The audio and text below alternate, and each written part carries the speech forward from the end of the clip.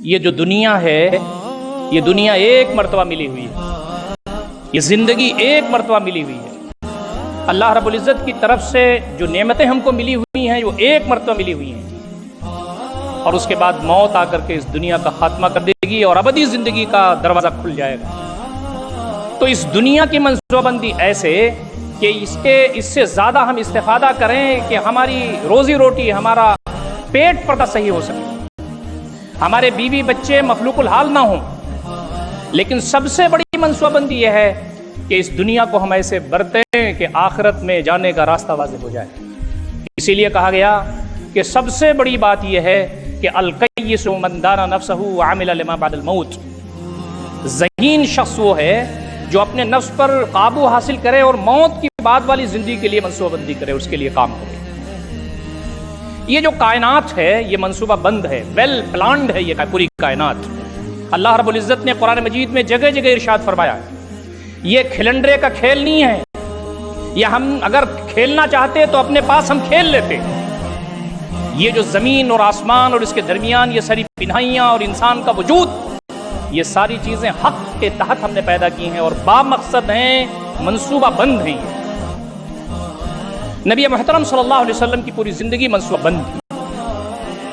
آپ کا اٹھنا بیٹھنا چلنا پھرنا، انفرادی زندگی، اجتماعی زندگی، صحابہ کے ساتھ تعلقات، اپنے گھر کے معمولات اور معاشرے کے اندر آپ کی چلت پھرت، سب منصوبہ بند تھی۔ نبی مکرم صلی اللہ علیہ وسلم کی سیرت کا اگر ہم مطالعہ کرتے ہیں تو ہمیں پتہ چلتا ہے آپ نے قابل ذکر جتنے بھی کام کیے ہیں اس زمین پر، وہ تین چیزوں سے خالی نہیں تھے: مائکرو پلاننگ، باریک بینی کے ساتھ منصوبہ بندی، نمبر دو جو وسائل آپ فراہم کر سکتے تھے وہ وسائل کی فراہمی، اور تیسری بات یہ کہ اس کام کو اچھے افراد کے سپرد کرنا۔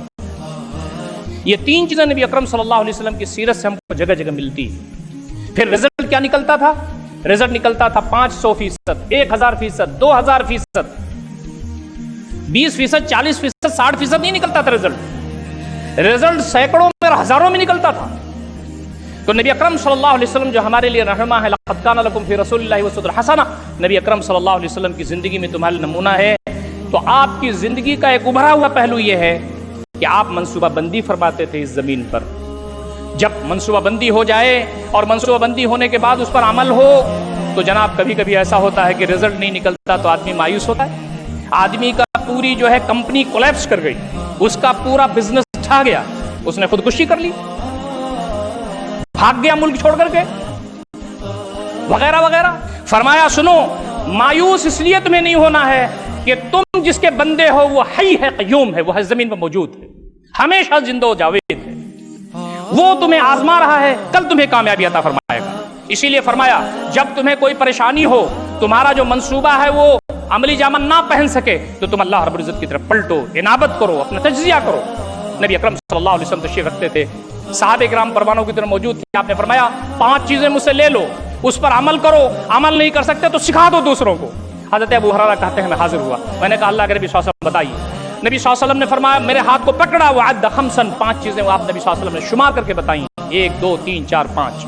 پہلی بات جو آپ نے بتائی وہ یہ ورد بما قسم اللہ لک تکن اغنی الناس، اللہ رب العزت نے تمہارے لیے جو فیصلہ کر دیا ہے اس پر راضی ہو جاؤ، دنیا کے سب سے زیادہ بے نیاز شخص تم ہو جاؤ۔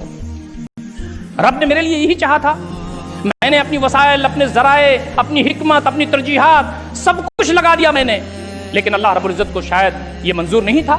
حضرت علی رضی اللہ تعالیٰ عنہ کا بہت مشہور قول ہے، فرماتے ہیں عرفت ربی بفسق العزائم، میں نے اپنے رب کو پہچانا ہے عزم و ارادہ کے ٹوٹنے سے۔